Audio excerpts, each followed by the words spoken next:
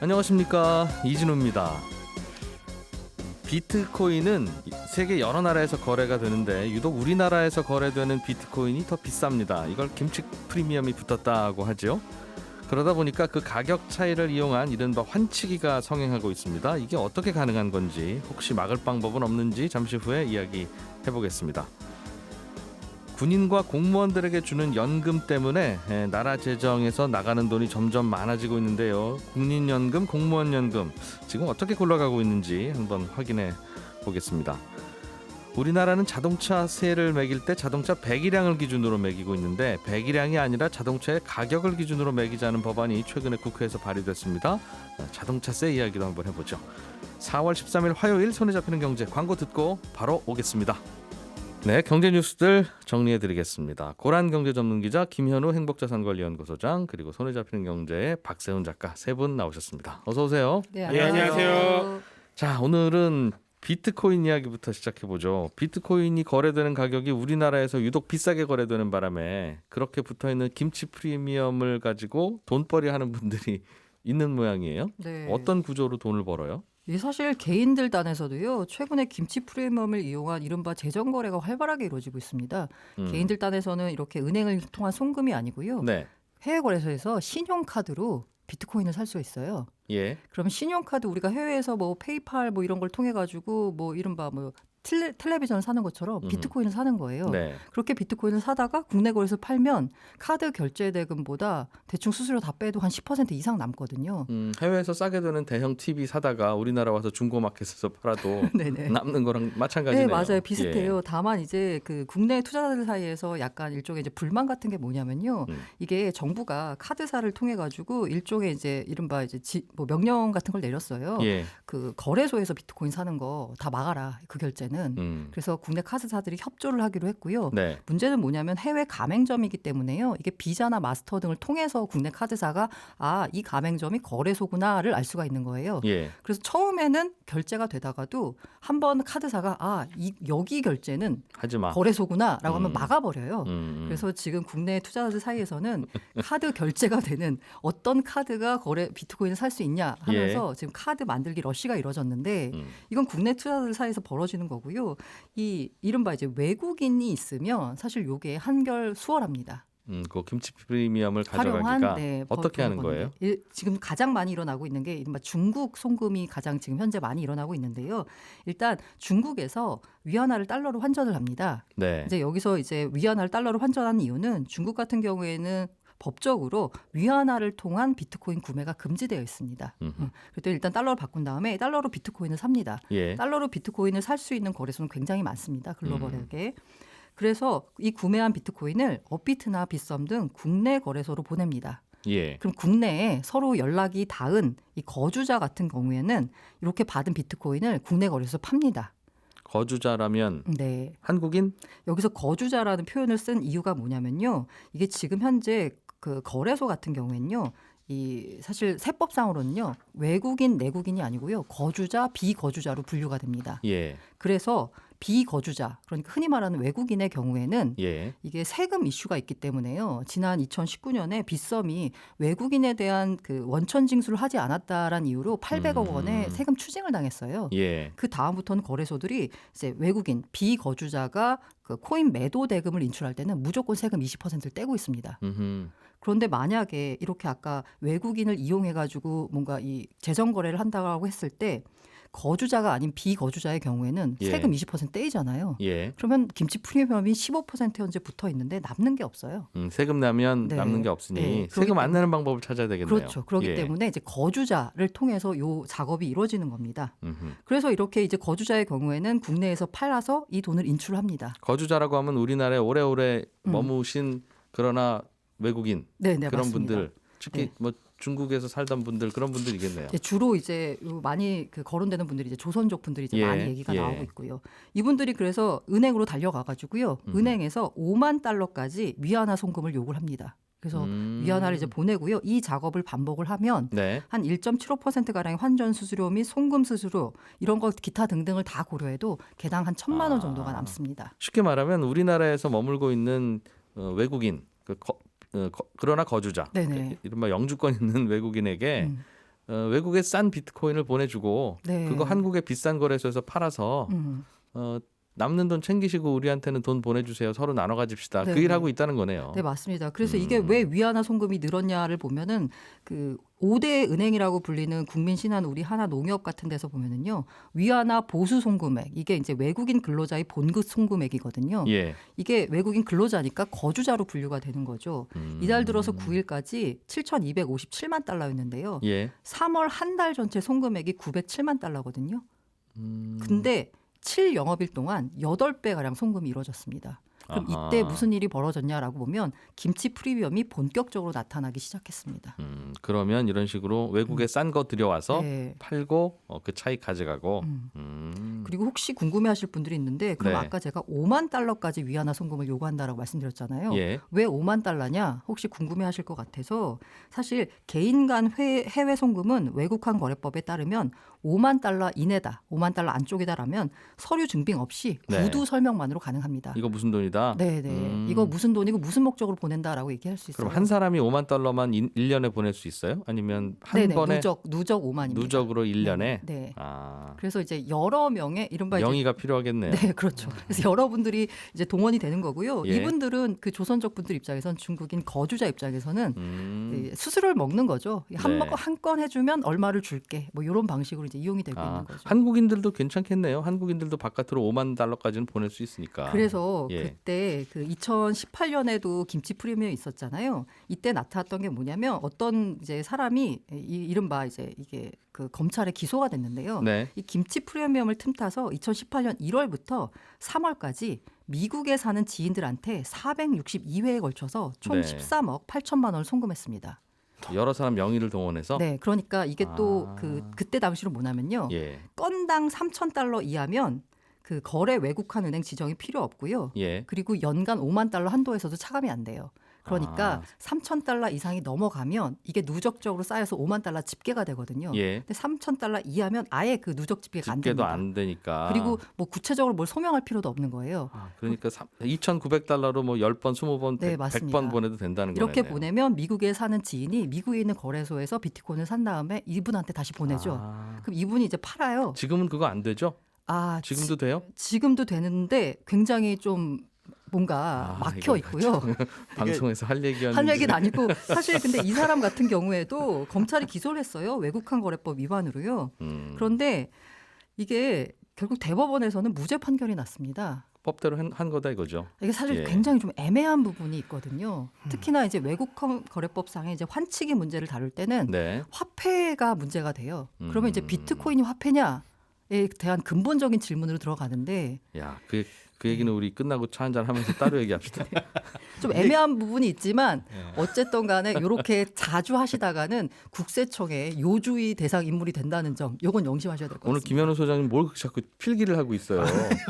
이게 굉장히 그러니까 조심스러운 부분이긴 한데 지금 중국인 얘기를 많이 했잖아요. 네. 네. 중국에서 위안화를 송금한다. 근데 비단 중국뿐만이 아니라 네, 맞습니다. 코인 거래가 자유로운 외국인 그리고 심지어 거주자가 있다면 얼마든지 네, 맞습니다. 가능한 일이고 이건 곧 어떻게 보면 우리나라에는 코인만 남고 돈은 해외로 빠져나가는 결과가 생길 수 있다는 무섭네요. 그렇군요. 자, 공무원 군인연금 이야기 해봅시다. 국가 채무가 너무 많다 이런 지적도 나오고 뭐 이런저런 공무원 군인연금 이야기도 나오고 있어요. 이건 네. 뭐 회계적으로만 그런 거니까 꼭 이렇게 부담 갖지 않아도 된다는 반론도 있고. 네. 자, 공무원연금, 군인연금이 지금 그 우리 보통 연금이라고 하면 본인들이 낸 돈 쌓아뒀다가 나중에 그 돈 본인들이 받아가는 거니까 네, 그렇습니다. 어떻게 받아가든 우리는 신경 안 써도 되는 거라고 생각하고 있었는데 맞습니다. 그게 아니라 좀 모자라서 계속 나라에서 보태줘야 되는 상황이라고요? 네, 국민연금, 공무원연금도 마찬가지로 우리가 이 직장 다니시는 분들, 국민연금 가입하신 분들은 내가 일부분 내고 예. 회사가 일부분 내주잖아요. 네. 마찬가지로 공무원연금, 군인연금도 그분들의 회사는 나라죠. 그러니까 그분들이 내시는 돈 일부, 그다음에 나라에서 내주는 돈 일부가 있는데 이렇게 나라에서 내주는 돈 일부 외에 기금이 쌓여 있는 게 고갈되다 보니까 적자가 계속 나더라 해서 그걸 또 충당해주는 부분이 있습니다. 국민연금은 참고로 1973년에 이미 고갈이 됐어요. 군인연금은. 군인연금은. 네, 군인연금은. 예. 왜냐하면 요거 같은 경우에는 63년에 생겨서 그때 한국전쟁 참전하셨던 분들 연금도 챙겨드려야 되고 당연히. 예, 그런데 이제 기금 재원이 없잖아요. 급하게 만들어지다 보니까 10년 만에 고갈이 됐고 지금 현재 기준으로서 수지차 연간 수지 적자는 연간 3조 원 정도. 3조 원 정도가 나라 재정에서 매년 그쪽으로 들어간다. 그렇습니다. 예. 그리고 공무원 연금 같은 경우에는 12조 원의 기금이 쌓여 있지만 연간 4조 원 정도 적자가 나고 있어요. 네. 사학연금 같은 경우에도 정부 재정으로 부족하면 충당을 해줘야 되는데 아직까지는 흑자고 기금도 많이 쌓여 있습니다. 예. 그런데 이제 군인연금이라든지 공무원연금 같은 경우는 매년 이렇게 적자가 발생하다 보니까 그 부족분에 대해서는 계속적으로 나라에서 좀 재정이 충당을 들어가고 해줘야 된다. 있다. 예, 그렇습니다. 그래서 공무원 연금은 언제 한번 바꾸자. 너무 특혜가 많은 것 같다. 그런 논란이 좀 있었잖아요. 2015년에 크게 개혁을 해서 이제 예. 참고적으로 알려드릴 건 공무원연금은 군인연금과 제도적으로 공무원연금 국민연금과 예. 일반적으로 가입한 국민연금과 공무원연금은 제도적으로 별로 차이가 없습니다. 지금은 예, 지금은 별로 차이가 없고 심지어 이제 공무원연금 같은 경우는 일정 기간에 따라서는 국민연금보다 덜 받기도 해요. 낸돈 대비해서. 내가 이럴 것 같았으면 공무원 연금 안 하고 국민연금 했을 거야라고 하는 경우가 생긴다고요? 그렇죠. 그게 사실입니다. 네, 국민연금 같은 경우에는 이제 소득 재분배 기능이 좀 강하기 때문에 예. 적게 내실수록 수입비는 높아져요. 내가 효율은 높다 이거죠. 그렇습니다. 효율은 예. 높아지는데 공무원연금은 수익 재분배 기능이 도입되긴 했으나 아주 미미합니다. 그러다 보니까 이제 소득과 가입한 기간에 따라서 이 수익비가 좀 많이 달라지긴 하나 급여가 아주 낮은 공무원 같은 경우는 그래서 이럴 거면 국민연금 가입했겠네 한다는 뜻이군요. 네, 그런 부분이 있습니다. 그래서 이제 예전에 예. 과거에 공무원은 연금이 빵빵해 네네네. 속된 말로. 근데 그거 이제 상식 버리셔야 됩니다. 지금은 전혀 그렇지 않고 요즘 입사는 임용되는 공무원들은 2010년 이후에 임용되신 그럼 공무원분들은 그 이전 분들은 여전히 많이 받는 거고 네네. 2010년 이후부터 공무원 되신 분들은 좀 아쉽게도 맞습니다. 사실은 이 적자 부분에 그건 어쩔 수 대부분이- 없어요. 어쩔 수 없죠. 소급 적용하면 안 되는 거예요. 당연하죠. 모든 규정은. 네네. 이때 분들은 많이 받으시는 이유가 뭐냐면 당시에는 공무원이 좀 박봉이었어요. 박봉이었기 때문에 지금은 월급을 적게 드리지만 나라도 힘드니까 예. 나중에 가서 노후는 좀 빵빵하게 해드리겠습니다라는 약속을 걸고 해드린 부분이라 이건 조정하면 안 되죠. 그런데 어쨌든 그 공무원 연금은 그러면 지금은 더 손댈 바가 없는 것이고 손댈 바가 없습니다. 뭐 국민연금하고 비슷하게 네네, 만들어졌으니까. 비슷하게 만들었고 그런데 이제 사실 군인연금은 독특한 부분이 아직 많이 있어요. 예. 직업의 특수성이라는 게 있어서 뭐 격오지에서도 근무하시고 이사도 잦고요. 예. 또 계급 정년이라는 것도 있고 일정 부분 계급에서는 몇 년 이상 못 있는다. 네. 또 면세가 되면 나와야 된다. 이런 것들 때문에 정년이 짧습니다. 그러니까 더 일하고 싶어도 승진이 안 되면 진급이 안 되면 중간에 나오셔야 돼요. 강제적으로 옷을 벗어야 되는 부분이 있으니 네, 그렇습니다. 그래서 보통 얼마나 부으면 이제 연금이 나옵니까? 군인연금은 총 19년 6개월을 부어야 돼요. 대략 한 20년 근무하면 그렇죠. 국민연금이나 군인연금은 10년 이상만 부으면 되는 공무원연금과 죄송합니다. 예. 국민연금은 10년 이상만 부으면 되는데 네. 군인연금은 19년 6개월 거의 20년 이상은 가입을 해야 이제 전역한 후 퇴역한 후에 연령에 상관없이 연금이 지급됩니다. 그러면 20살 때 입대해서 직업군인을 시작한 후에 네, 40세 정도의 옷을 벗고 나오면 군인연금은 탈 수 있는 건데 20년 있었으니까. 할 수 있습니다. 바로 나옵니다. 그럼 40세부터는 다른 직업을 갖고 소득 활동을 해도 계속 연금이 나와요? 그 부분이 문제예요. 소득 활동을 하게 되면 모든 연금은 사실은 일부 감액이 됩니다. 소득이 얼마가 있냐에 따라서. 그런데 예. 그 소득으로 바라보는 이 소득의 기준 자체가 다 달라요. 그러니까 국민연금과 공무원연금은 같습니다. 소득세법에 나와 있는 소득, 사업소득이나 근로소득 전부 다 소득으로 보는데 네. 군인연금 같은 부분은 이 부분에서 부동산 임대소득은 제외를 해요. 그러니까 부동산으로 뭐 한 달에 1억을 벌든 2억을 벌든 이건 소득으로 안 봅니다. 그러니까 얘는 아무리 많이 벌어도 사실은 상관이 없는 거고 네. 그다음에 소득을 일정 부분 벌게 되면 연금이 깎인다고 말씀을 드렸잖아요. 근데 그 일정 부분이라고 하는 게 허들이 다 달라요. 공무원연금 같은 경우는 이게 월 239만 원, 네. 국민연금은 253만 원 정도 벌면은 그 다음부터 연금이 깎이기 시작하는데 군인연금은 402만 원입니다. 그러니까 어느 정도 웬만한 돈벌이 해서는 연금도 같이 받는다. 그렇죠. 이게 다 세후 소득이기 때문에 예. 한 6천 정도 벌어야 그때부터 연금이 깎이기 시작한다라는 거. 이런 부분들은 조금 형평성에 어긋나서 사실 공무원연금도 이런 게 있었거든요. 좀 후하다 이거죠. 예. 요게 다만 봤는데 이건 이제 국민 정서인데 그분들은 너무 힘들게 일하지 않냐. 그렇죠. 좀 후하게 좀 드리면 어떠냐라고 하는 여론도 있을 수는 있고 그렇다면 그렇게 정하면 되는 것인데 네. 한쪽에서는 20년 일하신 분은 고생 많이 하신 분이고 그러면 네. 예를 들면 개인 사정에 의해서 18년 근무하다 나오신 분은 연금을 하나도 못 받잖아요. 그렇습니다. 그럼 그분들은 고생 안 하신 분이냐? 왜 그분들은 하나도 안 줘? 오히려 그 취지 자체가 네, 그런 반론이 있더군요. 예, 직업군인들은 빨리 나오시게 되면 그 중간에 이제 정년이 짧기 때문에 30세 예. 후반, 40대 초반에 나오면 취업도 힘들다. 음. 이런 부분들 보장을 해줘야 된다는 100% 동의합니다. 그런데 이분들이 20년을 못 채운 경우에는 정작 받아야 되실 분들한테는 수급권이 좀 안 돌아간다는 거. 예. 그래서 생긴 게 공적연금 연계제도라고 해가지고 이 국민연금과 연계할 수 있는 제도가 생기긴 했으나 아무래도 이 부분에 있어서는 군인연금 그래서 군생활 오래오래 하신 분은 네, 그리고 나면 이제 받는 연금도 많을 텐데 네, 그 이후에 별도의 소득 활동을 많이 해도 깎이지 않으니까 그렇죠. 그분들한테는 매우 후하게 느껴지겠네요. 맞습니다. 물론 이제 현역 당시에 상당히 힘든 여건에서 근무를 하셨지만은 예. 이런 부분은 전혀 사실은 손대진 경험이 없는 알겠습니다. 이력이 없습니다. 군인연금은 좀 같이 고민해 볼 부분은 있다. 네, 그러나 예민한 부분이긴 하네요. 예민하죠. 예. 이제 재정 건정성이나 이제 장기적인 부대 수급을 옮길 위해서 때마다 매번 이사 가야 되고 하는 것은 참 그 직업의 특수성이라서 저도 사실 군 생활을 길게 했었거든요. 그건 우리 끝나고 차 한잔 하면서 얘기합시다. 참 아, 힘든 말이 힘든 건 많네요. 아는데 네. 그렇습니다. 네. 박세훈 작가가 준비한 소식 들어보죠. 네. 자동차 갖고 있는 분들은 매년 자동차세 내야 되는데 네, 이 부과 기준을 좀 바꾸자. 네, 비싼 차인데도 자동차세 적게 내는 경우가 많다. 네. 그런 의견인 모양이에요. 예, 지금은 승용차 기준으로 배기량을 기준으로 매기고 있거든요. 예. 승용차 비영업용으로 보면 1000cc 이하는 cc당 80원, 1600cc 이하는 140원, 1600cc 초과는 200원입니다. 여기에 30% 지방교육세 합치면 그게 자동차세가 되는 거고요. 이게 언제부터 배기량을 기준으로 했는지 좀 봤더니 네. 역사를 좀 제가 알아봤어요. 1949년에 처음으로 자동차세가 도입이 됐고 당시에는 승차 정원을 기준으로 세금을 매겼습니다. 사람이 많이 몇 타는 인승이냐에 따라 그렇죠. 사람이 많이 타는 차일수록 세금을 더 내라. 비싼 차일 테니. 그러다가 자동차세도 비싼 차 타고 다니는 사람이 많이 내라는 컨셉은 맞는데 처음엔 그랬죠. 도입 때는. 차값이라는 게 잘 파악이 안 되니까 몇 인승 뭐 혹은 배기량 이제 이런 거 가지고 매겼다는 거죠. 맞아요. 그리고 58년의 기준은 또 재밌어요. 앞바퀴와 뒷바퀴의 거리 차이. 그게 길면 큰 차니까. 길면 큰 차니까 큰 차는 비싼 차. 그러니 세금 더 내세요. 이 컨셉이었어요. 합리적이긴 하네요, 나름. 그렇습니다. 그러다가 이제 또 한 번 바뀌는 게 67년입니다. 그때는 엔진하고 차체 크기에 따라 세금 매겼는데 예. 4기통 이하냐 4기통 초과냐. 엔진 많이 달려 있으면 비싼 차. 세금 더 내세요. 네. 요 컨셉. 그러다가 지금처럼 배기량으로 매긴 건 1990년이었고요. 예. 당시에도 컨셉은 그랬습니다. 배기량이 클수록 비싼 차일 테니 차니까. 돈 더 내라. 그리고 물론 여기에 다른 것도 하나 추가가 되긴 했어요.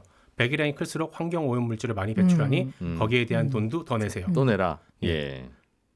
뭐 그런 합리적이니까 그동안 이렇게 받아들여졌을 텐데 네. 요즘 문제가 되는 건 네. 전기차인데 그렇죠. 배기량 없어. 없어요.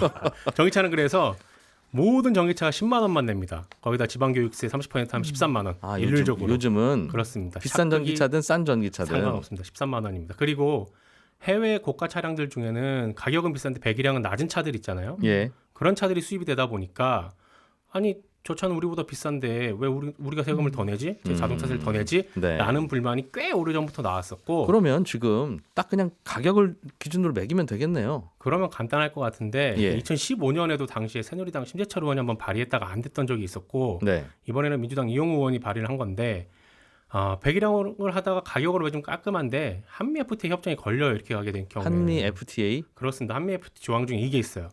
한국은 차종 간 세율 차이를 확대하기 위해 배기량에 기초한 조세를 채택하거나 기존의 조세를 수정할 수 없다. 간단하게 얘기하면 니네 기준 바꿔가지고 우리 차가 조금이라도 불리해지면 그건 그건 반칙이다. 그렇습니다. 그러니까 이 조항을 바꾸든지 아니면 네. 이 조항에 어긋나지 않는 한도 내에서 조정을 해야 되는데 그게 쉽지가 않고 한미 FTA 조항을 건드려야 된다. 이거 그렇습니다. 바꾸려면 또 하나 중고차 같은 경우는 또 굉장히 이상해져요. 가격이라는 게 새 차를 예. 딱 살 때 가격이 정해져 있는데 중고차는 매년 감가가 되다 보니까 가격 정하는 게 쉽지가 그것 않고 때문에 그렇습니다. 다른 나라들도 똑같은 고민하고 있을 텐데 다른 나라는 이 고민 안 해요? 하죠. 그래서 제가 이 부분도 알아봤는데 네. 어떻게 국회 그걸 알아보지? 입법조사처 자료를 제가 뒤져보니까 예. 조사를 엄청 열심히 미국은 하시네요. 주마다 다 달라요. 어떤 주는 차종, 어떤 주는 무게, 어떤 주는 또 차 가격에 세금 매기는 게 있는데 여기는 $100당 $5 내게 하고 예. 뉴욕주는 2년에 한 번 내는데 차 무게에 따라서 $26, 최고 $140. 영국은 이산화탄소 배출량을 기준으로 바꿨고요. 나라마다 고민이 많네요. 많습니다. 프랑스도 마찬가지고 일본은 우리랑 비슷한데 우리가 3단계라면 거기는 10단계. 예. 독일은 배기량에다가 이산화탄소 배출량 섞어서 자동차세를 매기고 있습니다. 우리는 바꿀 방법은 없다. 좀 아이디어 없습니까? 다른 아이디어는? 저는 네.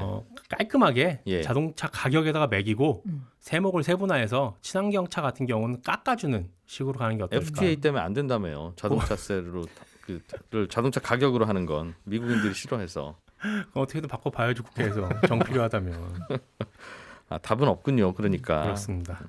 국회에서 일할 일이네요. 이런 거 바꾸려면 어쨌든 근데 또 국회를 움직이는 건 여론이니까요. 네. 개정안은 발의가 됐다. 발의가 그런데, 됐습니다. 알겠습니다.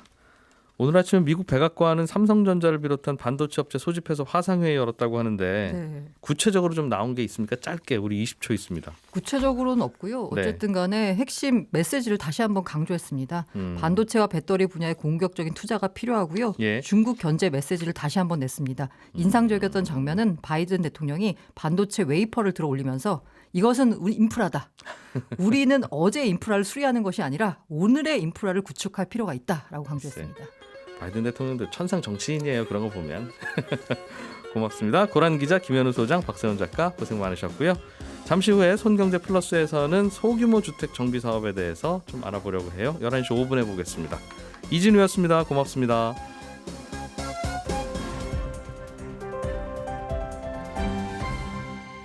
경제를 생각하는 사람들의 즐거운 습관.